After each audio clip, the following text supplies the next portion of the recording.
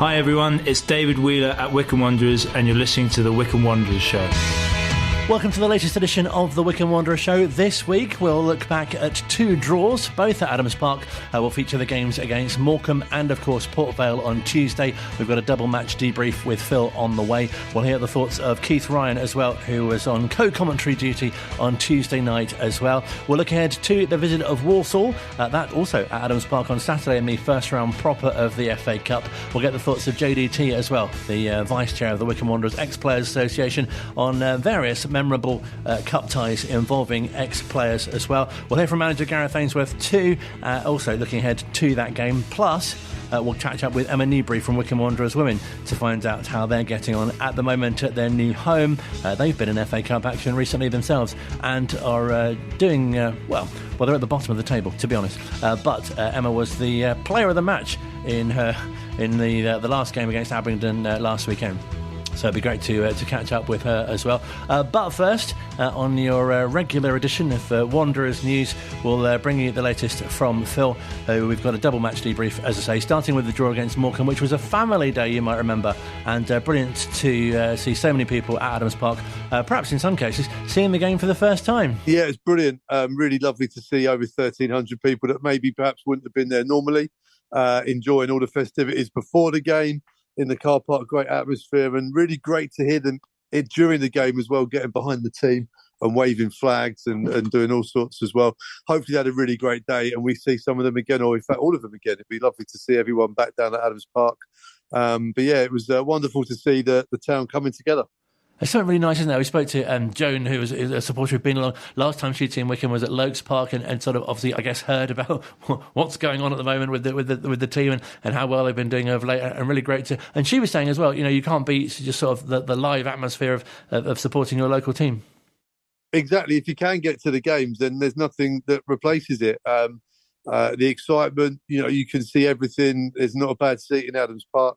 But there's also the community side of it as well, and coming out and getting to speak to people, and for maybe you wouldn't necessarily get to see during the week or even would know about.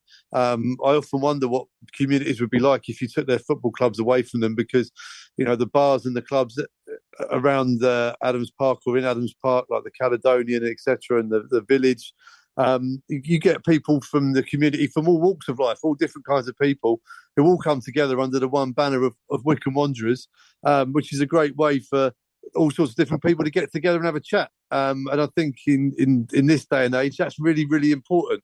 So I often wonder what society would be like if you removed football clubs out, because there's not many other things in town that really replicate that kind of thing. So I thought, you know, football's great and it's a great reason to come, but there's all sorts of other reasons to come to Adams Park as well, and that's one of them. No, definitely. And onto the game itself, you really felt that, you know, that should have been a game where 3 points could have been the outcome. Yes, looking at the start, you know, Morecambe bottom of the table, struggling, and yeah, you look at it and think, well, that should be 3 points. And a lot of fans would say if Wycombe have got any serious aspirations of getting into the top six and getting back up into the Championship, then these are the sorts of games you've got to win.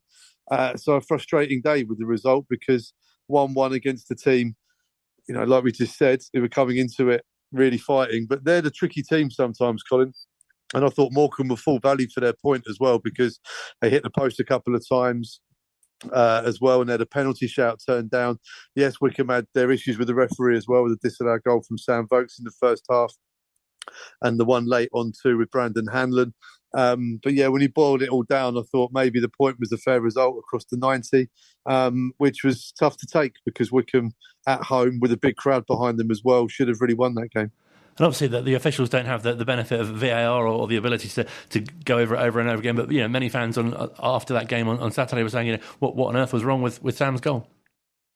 Yeah, it was mystifying. You know, second time in a week, really. It happened against Cambridge as well. And the disappointing thing from my point of view was that no one appealed in the Morecambe defence. Even the defender that Sam Vokes was alleged to have fouled, he just looked really gutted that he let the goal in. He didn't feel there was any sort of foul play involved in the build-up. And look, you know, we all watched Match Today in the Premier League, and we've seen what VAR has done to the game. Personally, I'm not a fan of it, and I think you can either have one or the other. So I don't like VAR. So the flip side of that is you have to accept the inconsistencies sometimes and the vagaries of some refereeing decisions. They're human beings. They see it at game speed. They don't get the benefit of the replay. The assistant on the far side offered no insight and didn't flag for an incident. The referees called it as he's seen it. They go onto the pitch to get these decisions right. They make thousands of decisions per game. It's not an easy job, but it means it is frustrating, and it is something that we as fans will talk about afterwards and pick apart when we do see the replays. So we can only, I suppose the only thing we can do is lobby the referees to make sure that they're as professional as they can be, they're as fit as they can be, they're in the right positions. And again, his positional sense for the decision was pretty good. It's just one of those you have to chalk up and think, well, is it the old cliche, it evens itself out over the season? I mentioned the penalty that Morecambe didn't get. That I've seen the still photograph of JJ's arm raised up with the ball hitting it, and if that was a VAR decision, that's a penalty. So maybe it evened itself out in the game. Who knows? Karma. Yeah, and I think a few days on, people get heads up, don't they, afterwards, and they get frustrated and excited. And that's why football's important, and it's important that fans can do that. But a few days on, you look back and reflect on it and think, well, maybe that's balanced itself out. We'll see. Maybe we'll get an outrageous decision in our favour this Saturday. Who knows? Could well happen. It would add to the romance of the Cup, wouldn't it? Or magic Exactly. of the Cup. Both could happen simultaneously. I don't know what happens if magic and romance happens at once, but it would be quite special. Well worth going to, I'd say. Although to occur when Walsall are about seems unlikely. Anyway, we'll move on to that. But another source of frustration for fans seems to be the defensive errors that have crept in recently, and of course that happened again on Tuesday. Yeah, Port Vale 2-2 and 2 goals, really defendable goals from a Wycombe point of view. They've come from set pieces, which will really disappoint Gareth Ainsworth. And it's funny because you look at the hallmark and the characteristics of a Gareth Ainsworth Wycombe Wanderers side down the years, and it's being really good at set pieces, both defensively and offensively. We had 13 odd corners, I think, on Tuesday and didn't score.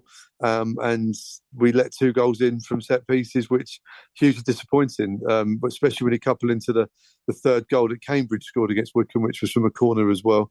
And it's weird, isn't it? It's cyclical. You see teams up and down the divisions go through stages of like, oh, they can't defend set pieces, they can't do this. And then all of a sudden they tighten up again. Wycombe are in a real rut at the moment in terms of conceding soft goals. And it makes it really difficult. It doesn't take a genius to work out if you let in 2s and 3s and at home during games, it makes it difficult to win those games. And this has been proven in this little run that Wycombe have had recently. I think it's things that they can sort out. It's been tough, I think, in terms of the nature of the defence. In there's been changes. There was a change during the game on Tuesday with Chris Serino coming off injured.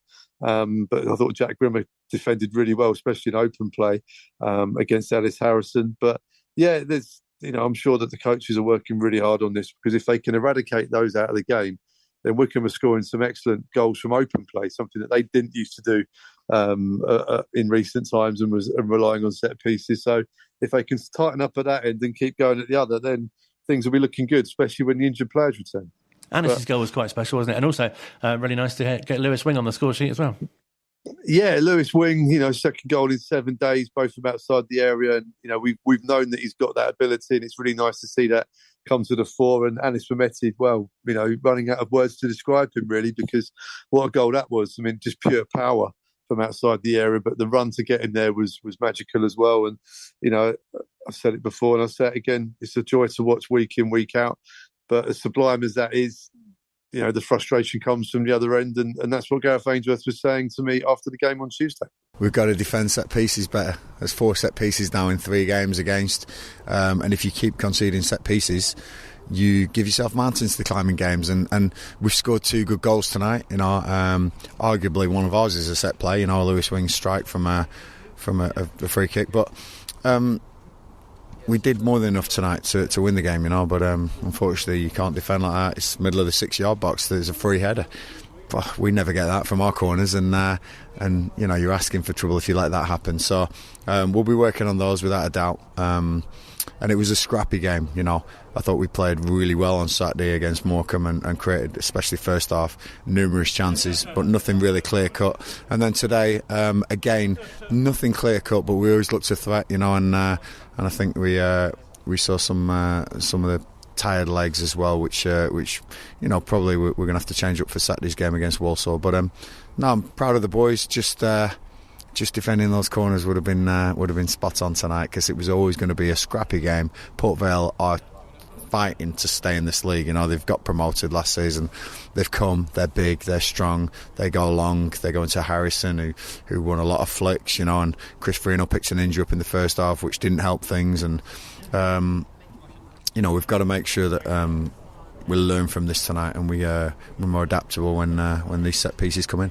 Was the timing of that Chris Farina injury sort of critical with that first corner as well, the first goal that Port Vale scored in the first half injury time, because he picked up a knock just prior to it? No, he picked the knock up about 15 minutes earlier, and I think it's probably a lesson for everyone.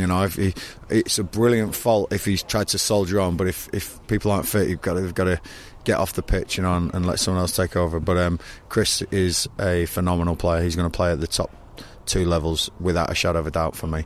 I think he's an unbelievable prospect, this football club has got. But he'll learn again tonight. He's a great kid. I love him to bits, and we'll make sure that we get him fit before he plays again. I think it's just a whack. I don't think it's anything, the twist or a sprain or anything like that. So I think he'll be short turnaround. But no, it was one of those frustrating nights. The first corner is, I think there's a shot that hits somebody in the chest, and they do an overhead kick that gets. Yeah, honestly, I want to have a look at this and find out if something's against us. It looked like we might have been able to have a penalty as well second half, or people are saying it's just outside the box. Either way, the referee didn't give that, and that's another chance to score. But it's just going that way at the moment. But we're not losing games. It's really important. I think that's the last 6. We've only lost 1, which is a good record to have. And if we can just turn these draws into wins, we'll start climbing that table.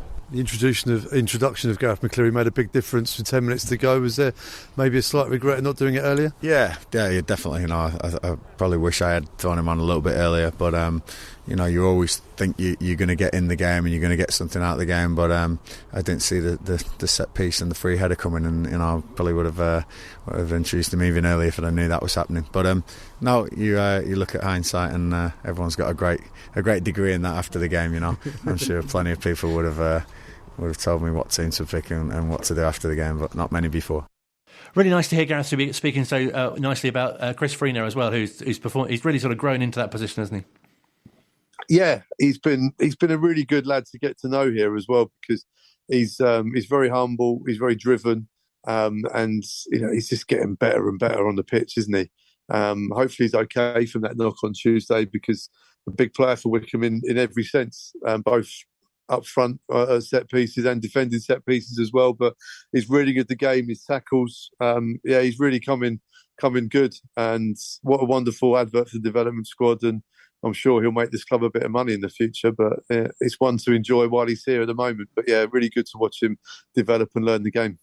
And another home game coming up, obviously, this weekend. And as we joked earlier, a great opportunity to experience possible magic and romance.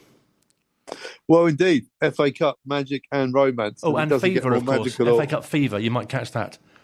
Yeah, well, yeah, exactly. That could be doing the rounds as well.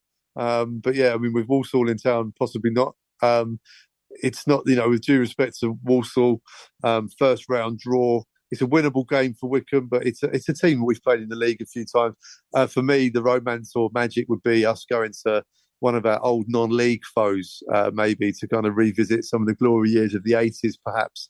But yeah, I mean, that would have been tricky for Wycombe, because they would have been the giants in that situation. But it would have been nice to roll the clock back and see some romance and magic. This one has a feel of a kind of a routine lower league game. Of course, round 2 is the prize. Wycombe can be in the hat if they can dispatch Walsall. Recent memories of Hartlepool, the draw away and then losing at home in the replay in the first round. Not great, but you haven't got to turn the clock back too far for the wonderful game at the old White Hart Lane, and Spurs as well at Adams Park during the pandemic era, and Villa as well, home draw and a replay at Villa Park. So Wycombe have tasted those magical moments in recent history. And then, 20 odd years ago, the magical run to the semi-finals. So, it'd be nice, wouldn't it? It feels that with Wycombe's sort of jittery start to the season, the stop-start nature of the results, a cup run would be wonderful, wouldn't it? But let's see what happens on Saturday. Walsall won't be easy by any stretch of the imagination, and hopefully it'll be a really, really good game. And then the second round, we can get all the romance and magic there if we get there. Sorry, Walsall. It does feel a bit as well like, we're going into the game in good form in that, you heard Gareth mention there just one defeat in 6, which is fairly decent when you look at it that way. Yes, indeed. Although we've drawn a few, and I don't think Gareth will be looking for a draw on Saturday because that will mean the replay and an extra game. But yeah, we go in good form. I think he will use the opportunity to bring some younger legs in as well, and that would be exciting as well. A lot of fans saying, wouldn't it be great to see Soleil Kaikai even in the league action as well? And it's a player that's got a really good pedigree. We haven't really seen the best of him at Wycombe Wanderers. Could this game be a catalyst for him to catch the eye and make himself undroppable for a league game? We'll see. And really interesting that Brandon Hanlon coming on in midweek, just showing another, sort of attacking option there too. Yeah, really good to see Brandon back fit and firing and looking strong again as well. And all those hallmarks that we know that he had before his injury. He adds to something else for Wycombe Wanderers. He's got that pace, that ability to roll a player, get behind, play off the shoulder. It's something that we've been missing a little bit of at the start of this season. And he was unlucky not to get on the score sheet on Saturday. So I'm sure he'll feature on Saturday too against Walsall. And if he can get a goal there, then hopefully that can be a start of a run for him. Enjoy the game on Saturday. Thank you so much for your time. Yeah, the magic of the cup. Can't wait. Don't forget you can hear the whole match live on Saturday. Wycombe Wanderers against Walsall in the first round proper of the FA Cup. If you're not going or can't get to Adams Park here on 106.6 FM and on Wanderers TV as well, where you can also catch the full interview with Gareth that you heard a short while ago as well. If you were listening on Tuesday night, you'll know that Keith Ryan was alongside Phil for some post-match analysis. Didn't really get going. The goals, brilliant goal from Mehmeti in the first half, and then an equally good strike from Wing in the second half to get our goals, but we could never really add on the goals that we got or the leads that we had. So and to be fair to Port Vale, they came and they worked really hard. The most disappointing thing is, you're right, we conceded from 2 corners, which I think you would say, and I'm sure Gareth would say, is very unlike a Gareth Ainsworth side. So probably have to have a look at that, maybe have a look at the videos and see what we can do better in that regard. But chance for chance, I think is probably the right result. I think what was exciting for me was when Wycombe changed their approach, and maybe, Keith, it could have been something they could have done a bit earlier.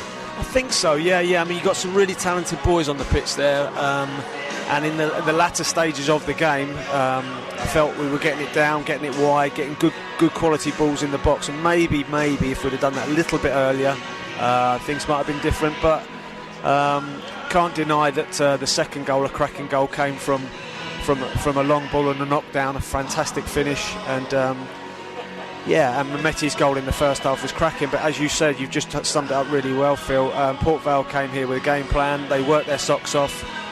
They've got some good players, and we said it in commentary that they've played the loan market really well, and it was probably a fair result on reflection. FA Cup next for Wycombe, is that a nice distraction from the league at this point?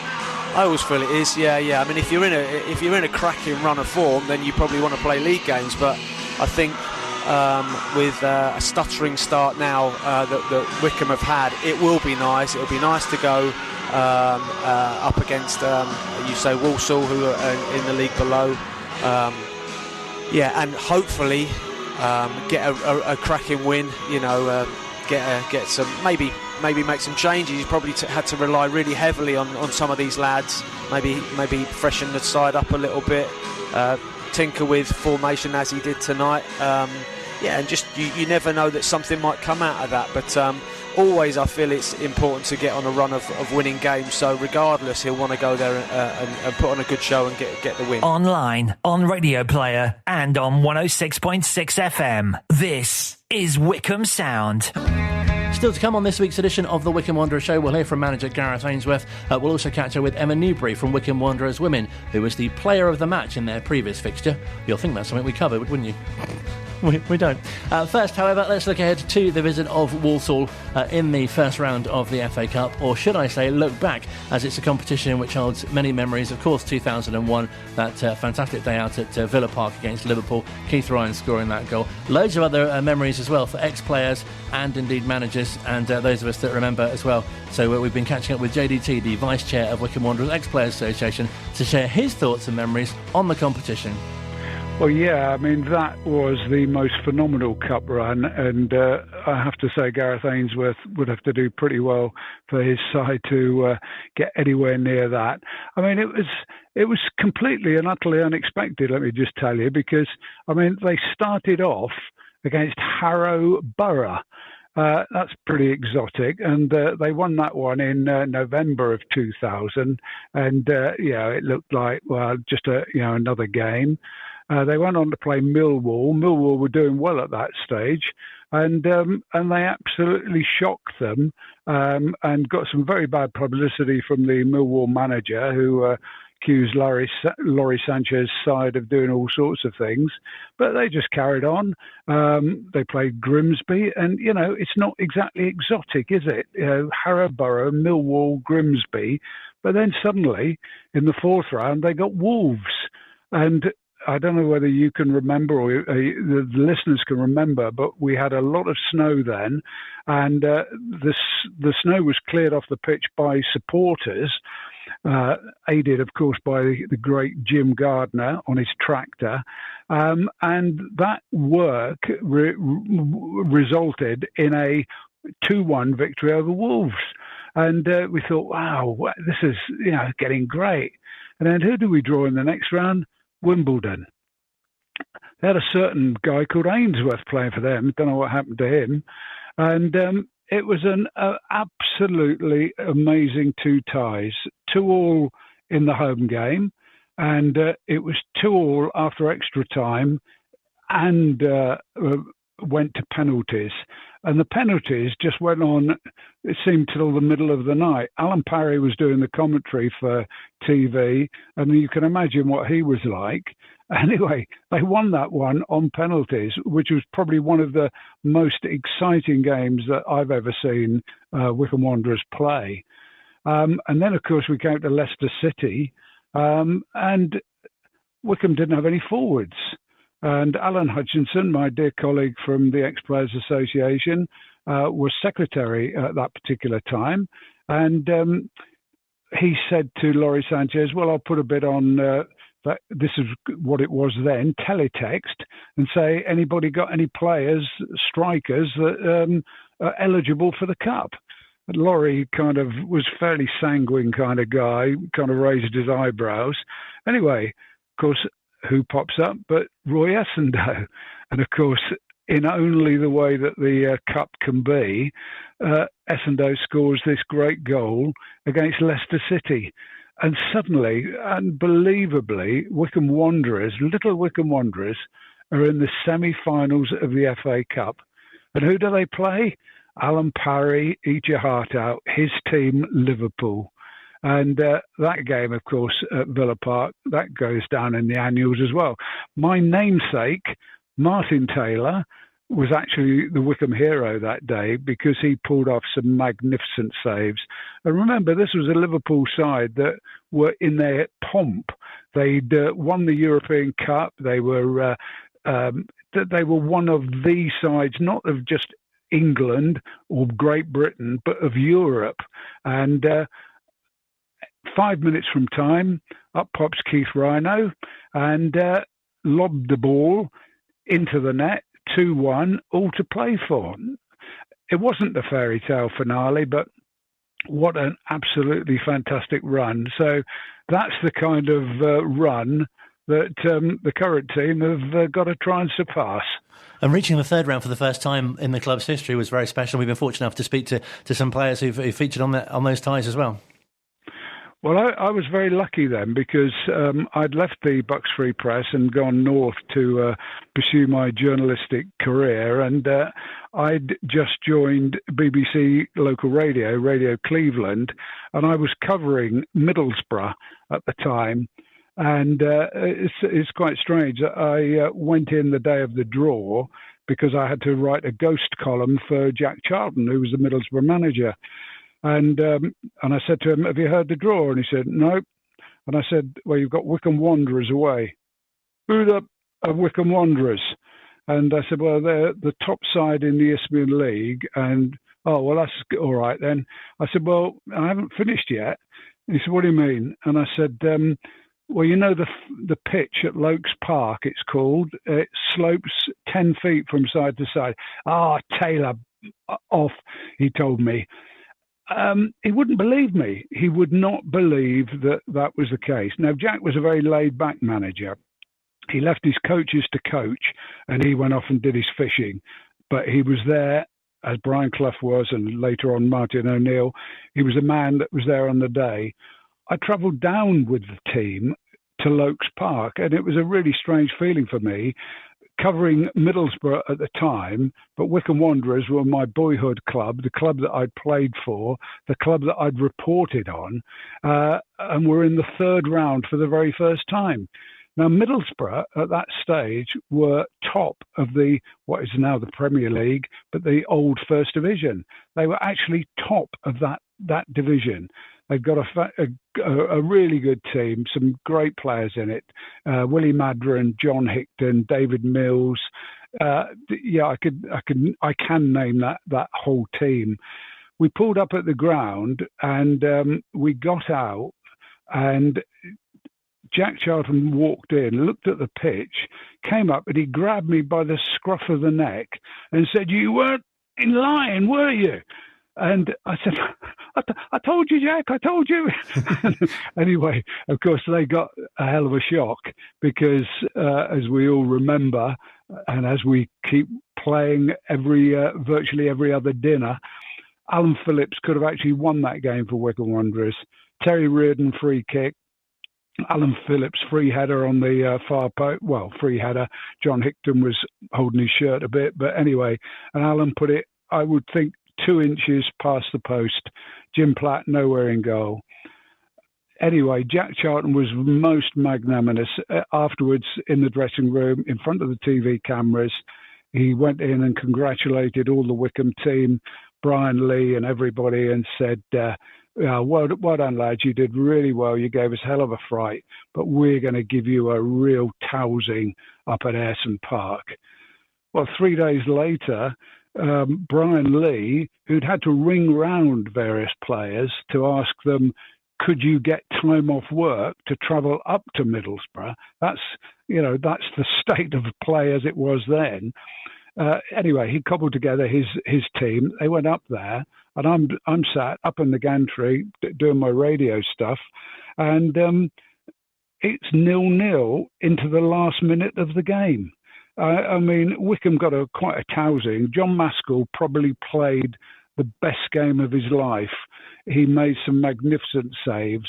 And John Hickton, who became a very good friend of mine, was a star centre forward for Borough, said to me many years later, God, that goalkeeper, he should have been playing professional football, and he certainly should have been an amateur international, because the mask was absolutely fantastic. But there again, so were Alan Phillips, Keith Mead, all of the Wycombe players, 0-0 anyway. And then in virtually the last kick of the game, David Armstrong scored what turned out to be the winner. Now, Brian Lee, in typical Brian Lee fashion, said afterwards, and he was quoted as saying, "Thank goodness they scored in the last minute, because if it had gone to extra time, we would have conceded 6, because they were absolutely out on their knees." So again, another magnificent, cup story involving Wycombe Wanderers. And there just seem to be so many. You mentioned the glamour of Harrow Borough, but it doesn't seem to matter whether it's a top team from the top division or lower down. Everyone seems to have their sort of favourite or most memorable cup experiences. Well, the thing is that, because they're drawn in the early rounds, there are some kind of pretty average kind of games. And I think it's disappointing that for Walsall, the top stand is closed. They're not expecting a big crowd. I mean, FA Cup crowds used to be the top of the season. And of course, in Gareth's day, we had Aston Villa came down here in 2016 for a third round tie, over 9,000 people there, 20,000 for the replay, which Wycombe lost. But of course, the big one was Tottenham Hotspur, and that was in 2017. And again, Colin, what a game that was. I mean, Tottenham with all the star names, the Pochettino, the charisma of that as a man, as a manager, and Wycombe go there, not underdogs, they weren't even dogs, and they go into injury time and they're 3-2 up, and I mean, I know we lost 4-3, but that was just again a real thriller, and this is what kind of sustains fans of clubs like Wycombe, that they can draw teams like Tottenham and Middlesbrough as they were then, and Aston Villa as they were. I mean, if you look at the recent games, we've got Leatherhead, Solihull Moors, Tranmere Rovers, Hartlepool United, not the kind of teams you want to pull out of the hat necessarily, but there's always the opportunity, isn't there? And that's what Gareth will be saying to his boys, I'm sure. Look, we're iffy in the league at the moment, as you would be without Gape, without Scowen, without Thompson, without Tafazoli. That's not really a surprise, is it? But we've got a chance here to go into the hat, and who knows where that will end. And you mentioned Rhino's historic goal against Liverpool. Great to hear him on co-commentary with Phil this Tuesday against Port Vale, and he was also at the game recently with Martin O'Neill and Keith Scott as well. Great to see them all together. It absolutely was. I mean, the boys of the 90s hold a special place in my heart because I'd come back to the area by then and was able to do some videos for the club and work behind the scenes. And in 1991, when Wycombe got to the FA Trophy final, which was the first visit to Wembley since 1957, the Amateur Cup final, we went on the coach, Alan Hutchinson, myself, Alan Parry, and I did a video, a behind-the-scenes day, like it used to be in the FA Cup when the cup final started on TV at 10 o'clock in the morning, and they were visiting the players in their hotel, and then in the helicopter, I'll tell you that story in a second, coming to Wembley and all of that stuff. Well, we did exactly that with Wycombe. Martin O'Neill's first got a big run with Wycombe Wanderers, but then you got the people like Rhino and Scotty and Mark West, Paul Hyde in goal. So many smashing players, and players who are still attached to us with the Ex-Players Association. And as you say, absolutely great to see. And I must make a plug here because you talk about Martin O'Neill, and I'll give you a little exclusive, Colin.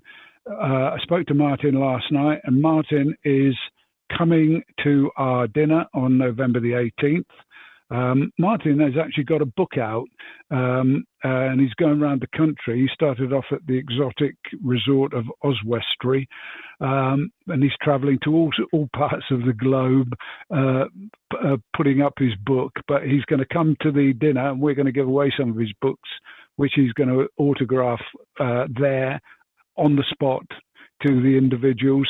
And that will be fantastic. And we will talk to Martin about cup runs, and also some of those players you've just talked about there who have been involved in some of those involving Wycombe Wanderers over the years. That's fantastic. Thank you so much for your time. Thank you, Colin. Online, on Radio Player, and on 106.6 FM. This is Wycombe Sound. Still to come on this week's edition of the Wycombe Wanderers Show, we'll hear from manager Gareth Ainsworth looking at his FA Cup memories and what the competition means to him, finding out what's the latest in terms of the preparations as well ahead of the visit of Walsall on Saturday in the first round proper of that historic competition. But first, as often on this programme, we like to feature the Chair Girls, and they unfortunately went out at the Women's FA Cup quite recently as well, and have been struggling in the league so far, bottom of the table currently, but it really is a season for transition. Emma Newberry is someone who's been at the club since 2015, one of the longest serving players, seen a lot of changes as well. But with the new manager coming in and his new ways of working and their new ground as well at Burnham, it's an exciting time to be involved. We've had a fair few managers in my time, and we've got Carl in now and Dan, and he brought along with him Jamie, we've got Christian, we've got a whole new set of coaches and managers actually. So yeah, big transition, lots of new players, which is obviously good as well to bring fresh players into the club. So yeah, exciting times. And has that meant a bit of a change in your role or position as well? Yeah, because I've had to sort of prove my place again. With previous managers, obviously, they've got to know me and I've got to know them and they know sort of my abilities, but I was kind of starting from scratch all over again, which was a strange experience. And competition for places as well with new players. You know, we're still getting new players to train in sort of every other week, so it's really good. But yeah, the competition is high. And it's been strange as well, because obviously you've had different league positions in the different seasons. Obviously the pandemic as well upset the seasons as well. But you know, one season it did seem to be doing really well in the league, and now a bit lower down, of course, and within this sort of season of transition, really.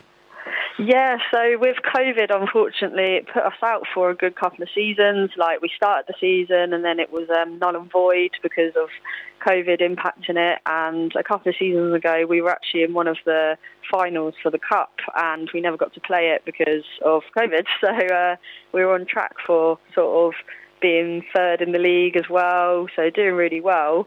So that kind of has put us back a little bit. But good news, obviously, with COVID a bit more under control, we've had really great training sessions, training more often for longer as well, which has been helpful at our new ground. And yeah, the only unfortunate thing is our results at the moment for the first team, but I'm sure we'll get onto that in a minute.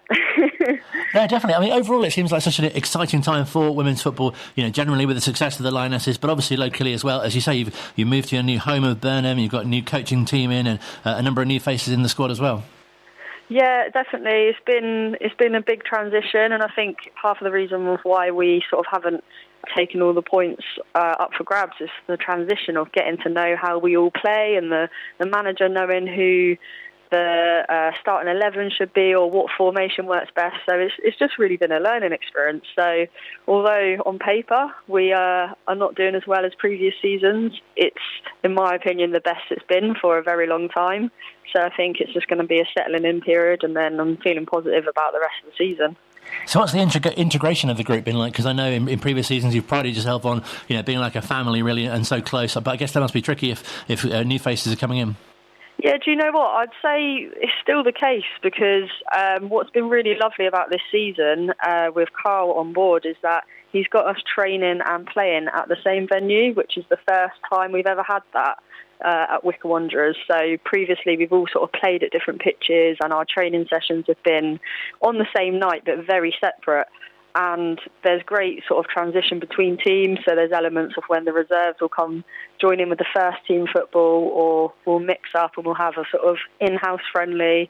So although it is, obviously, we've got new people, we're getting to know everyone at training because we have Tuesdays and Thursdays, 2 hours each session, so 4 hours of the week we are together.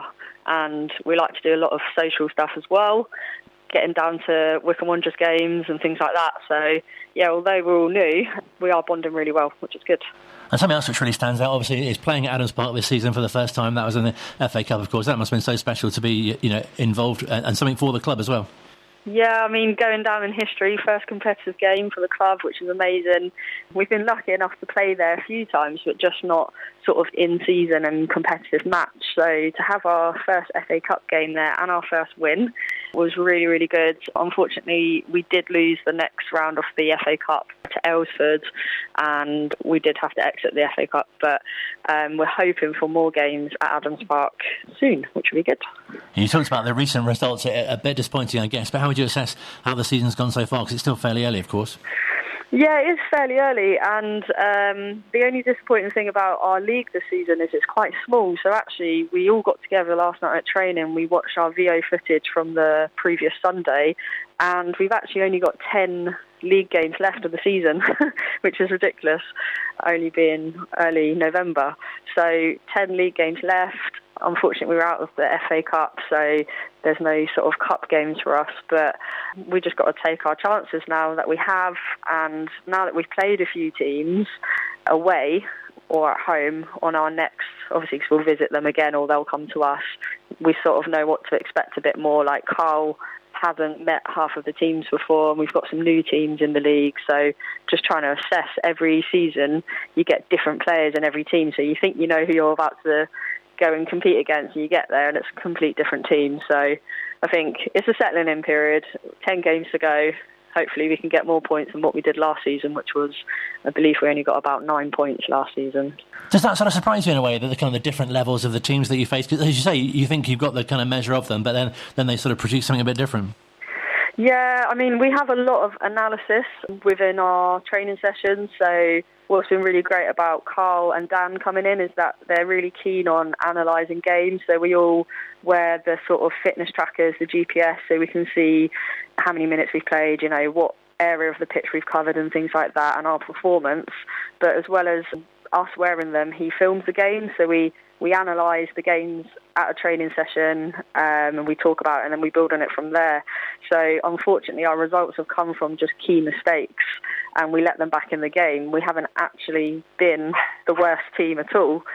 In fact, on Sunday we went 1-0 up, and unfortunately then gave away a free kick, or penalty rather, in the box, and they scored from it, and it was sort of, we let them back in the game, and that keeps happening. We keep giving them opportunities, but no one seems to give us those opportunities. So yeah, it has been tricky, and all that Carl keeps saying at training is that we've got to repeat things, work on it, so we know what to expect. And it might come across as a little bit boring, but if we can be predictable as players, we know exactly what we're going to do. And that's the issue. Sometimes we're not knowing what our next move is, and then we give it away.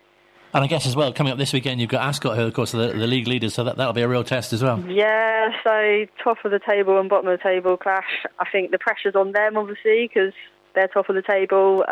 Points up for grabs for both teams. Previously, we've played them. It's been a tough game. But as I said, teams change so much. We've changed so much in terms of our managers and our players. So who knows? But yeah, we're looking forward to it. It's also on our favourite style of pitch, of a 4G, which suits our way of playing. So we're looking forward to it. Hopefully get 3 points. And as you say, there seems to be such a real feeling of positivity and so many pluses to kind of take from this group going forward. Yeah, I mean, we're really positive. Although we've obviously had a few games where it hasn't gone our way, we stick together as a team, which is a really nice thing, which I've alluded to before. The real sort of like family feel. We pick each other up and we go again. Training, we work so hard. Our managers put on great sessions for us. And that's all we can do is keep training and keep trying to get better. Great chatting to Emma Newberry from Wycombe Wanderers Women. We wish the Chair Girls all the best on Sunday against Ascot, who are currently top of the table, so a real top v bottom clash. Hopefully Wycombe Wanderers Women can climb up the table in the remaining league fixtures. As I say, we'll be featuring more of them throughout the coming weeks on this programme as well. But first, our regular chat with manager Gareth Ainsworth, who looks ahead to the visit of Walsall, and first reflecting on those two games against Morecambe and Port Vale, of course, at Adams Park. One defeat in the last 6, but frustration that some of those games, especially the last 2, could have been victories. That's the frustration. I think we edged it on performances, but obviously you've got to defend your set pieces, and our last 4 goals have been set pieces conceded, and we've got to make sure we're better at that. I need to address this now because that's costing us. It's costing us 4 or 5 points there, which probably puts us within a point of the playoffs or something like that. Ridiculous, after the slow start we've had and everyone being a bit worried. It's a crazy game, isn't it? But one defeat in the last 6 is very much the form we want. But a couple of those draws turning into wins would be the ideal form, and that's what we need to do.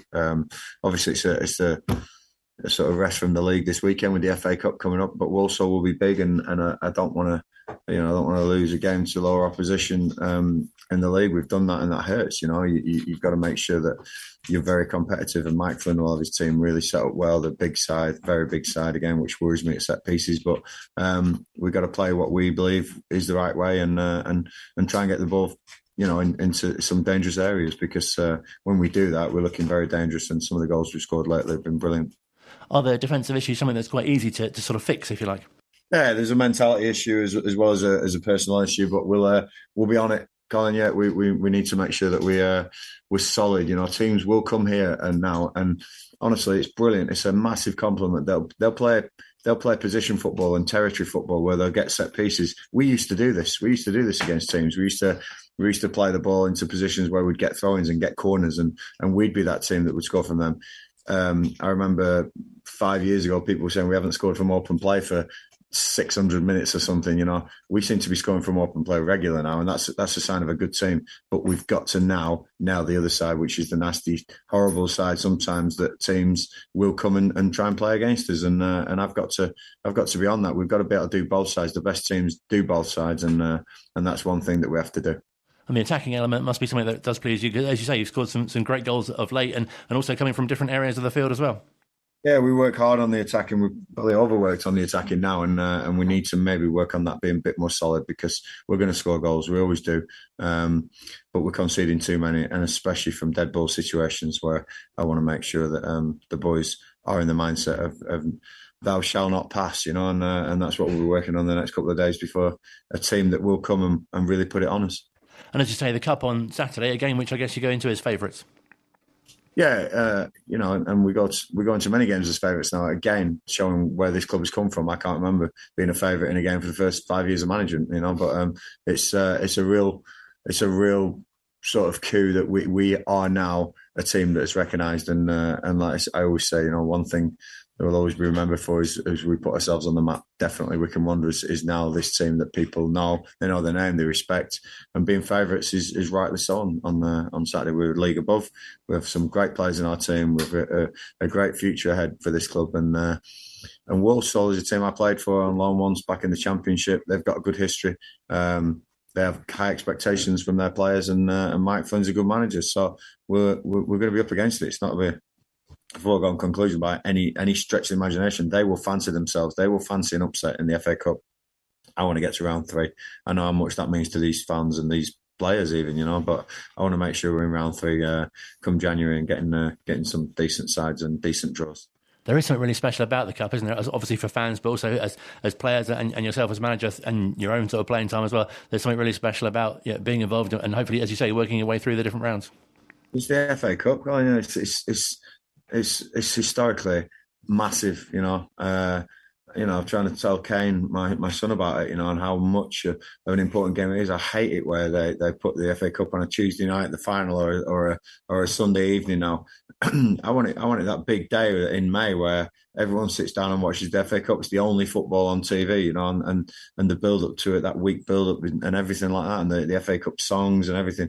It's gone, and it really upsets me that sometimes, because it made it so special. And to me, it always will be special. I was a big Blackburn Rovers fan, and I know they won it a lot of times back in the early 1900s, and I was so proud of that. And yeah, we've won the FA Cup more times than you, and now I don't think it's recognised half as much as any other trophy. And there's probably the Premier League and the league titles and the Champions League that are all well above it. But back in the day, the FA Cup was everything, and I still feel like that, and call me a dinosaur of the cup, but I'd rather be that way and keep the magic about this FA Cup. And I'm lucky enough to go. I'll be going Bracknell on Monday night to watch Bracknell Ipswich, which is fantastic. I managed to get a ticket, which is extraordinary. But I live 10 minutes away from there, and I want to see that. I want to see that the faces on the people from Bracknell when Ipswich come to town, and that's what it's about. And so I'm not going to ever belittle this cup. There'll be no league debuts or cup debuts. If there is, there'll be a player who's ready to come in. It's not going to be let's try some of these youngsters. Teams can do that, and fair play. Pep does it last night and it works for him, doesn't he? Great goal from Lewis. But it's got to be special for us and special for the Wycombe people. And 2001 will live strong in the memories of Wycombe Wanderers, won't it? Semi-final, I'll try my best, but I'm not sure I can hit those highs again. But we'll give it all. We'll give it all on Saturday, definitely. And do you say to your players, because I think the Cup, especially, obviously, unfortunately, Ronnie Radford died this week, but there are so many sort of occasions, aren't there, that people remember about sort of Cup goals or things that have happened in the Cup, and that could be one of your players. Yeah, and that Hereford goal, Radford. I mean, just go down in history forever. And people don't remember that was one of the biggest shocks of all time. And Sutton United, I remember beating Coventry, I think was it. And all these moments that have come up. I think that if I can instill a little bit of the magic of the cup in my players in the next couple of days, then not only have I won as a football manager, but I've won as a person as well, because that cup is magic. And like I say, I'm really proud of the history we've got, the oldest cup competition in the world. Great to hear from Gareth. If you are going to Adams Park on Saturday, I hope you enjoy the romance, the magic, and FA Cup fever as well. Everything that comes with that tie with the visit of Walsall. If you can't get to the game, don't forget there's live commentary with Phil, and he'll have Brian Jeeves alongside him as well on 106.6 FM, and also, as mentioned, on Wanderers TV as well, if you can't get to the game. I hope you've enjoyed the show this week. Back next week, getting ever closer to the Wycombe Wanderers Ex-Players Association dinner as well, which is coming up on the 18th of November. Get your tickets for that. As heard, Martin O'Neill will be there, and he's got his autobiography coming out this month too, and you'll be able to get a copy of that signed on the night as well. So set to be pretty fantastic. If you aren't available for a 7 o'clock showing of this programme, don't forget there's a podcast version of it wherever you get your podcasts from. You can listen at your leisure. It's also on the Wycombe Sound radio player page on YouTube, apparently popular there too, and the last 4 episodes are on the Listen Again feature of the website, wycombesound.org.uk. That's wycombesound.org.uk. Have a great week. Up the Wick.